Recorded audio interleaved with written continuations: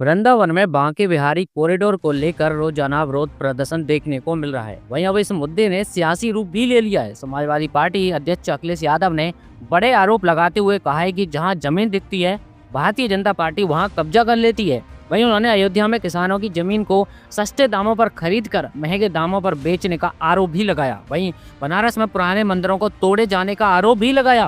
Banke Bihari corridor का विवाद क्या है और अखिलेश यादव ने क्या कहा है, वहीं योगी आदित्यनाथ सरकार की क्या मंशा है, चलिए पूरा मामला जान लेते हैं। मथुरा के वृंदावन के बांके बिहारी मंदिर का कॉरिडोर का बढ़ता विरोध अब सियासी रंग भी लेता जा रहा है। इसी मुद्दे को लेकर समाजवादी पार्टी के राष्ट्रीय अध्यक्ष अखिलेश यादव ने भारतीय जनता पार्टी सरकार पर निशाना साधते हुए उसे भारतीय जमीनी पार्टी बताया है। लखनऊ में आयोजित प्रेस कॉन्फ्रेंस में अखिलेश यादव ने आरोप लगाया है कि बीजेपी जहां जमीन देखती है वहां कब्जा कर लेती है।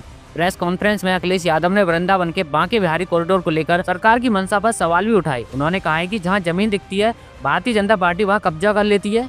यह भारतीय जमीनी पार्टी है। वृंदावन में बांके बिहारी कॉरिडोर के नाम पर जमीन कब्जाने की साजिश रची जा रही है। उन्होंने स्थानीय लोगों के आंदोलन का जिक्र करते हुए कहा है कि मथुरा और वृंदावन में लोग इसका विरोध कर रहे हैं क्योंकि यह योजना मंदिर के चंदे और जमीन पर कब्जा करने का एक नया जरिया बनता जा रही है। यही नहीं, अखिलेश यादव ने अयोध्या में किसानों की जमीन को सस्ते दामों पर खरीदकर महंगे दामों पर बेचने का आरोप भी लगाया। उन्होंने कहा है कि अयोध्या में सबसे ज्यादा लूट हुई है, किसानों को उचित मुआवजा नहीं दिया गया। बीजेपी के लोग और अधिकारी मिलकर जमीन की बंदरबांट कर रहे हैं। उन्होंने दावा किया है कि विधानसभा में इस मुद्दे को जोर शोर से उठाया जाएगा। अखिलेश यादव ने बनारस में पुराने मंदिरों को तोड़े जाने का आरोप भी लगाया। उन्होंने कहा है कि बनारस की गलियों में बहुत सारे प्राचीन मंदिर थे, धरती पर इतने मंदिर शायद ही किसी ने तोड़े होंगे जितने बीजेपी के लोगों ने तोड़ दिए। उन्होंने जनता से इसकी जांच करने की अपील भी की। अखिलेश यादव ने भाजपा को नसीहत देते हुए कहा कि उन्हें दुनिया के दूसरे देशों से सीख लेनी चाहिए। उन्होंने वेनिस, फ्रांस, इंग्लैंड और यूरोप के अन्य शहरों का जिक्र किया जहां पुरानी गलियों और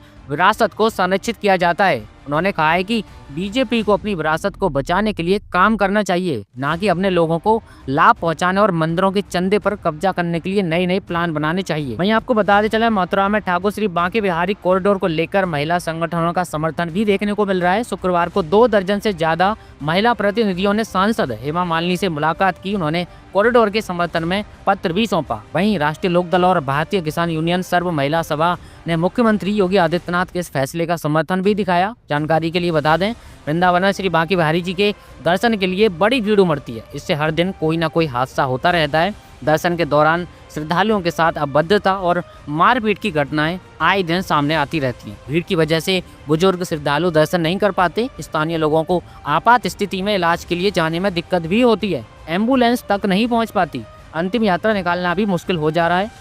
कॉरिडोर बनने से करोड़ों भक्तों को सहज और सुखद वातावरण में दर्शन का सौभाग्य मिलेगा, लेकिन वहीं कुछ स्थानीय लोग इसका विरोध भी कर रहे हैं। बाकी आज की खबर यही थी। ये सारा पूरा मामला था। इस पे आपकी क्या सोच है, अपनी राय हमें कमेंट करके जरूर बताएं। और आगे भी देश दुनिया की और भी तमाम खबरें पाते रहने के लिए हमारे साथ जुड़ जाइए। हमारे channel the Roso digital news को सब्सक्राइब भी कर लीजिए। चलिए जल्दी मुलाकात होगी अगली किसी खबर के साथ। तब तक के लिए ख्याल रखिए। नमस्कार, जय हिंद।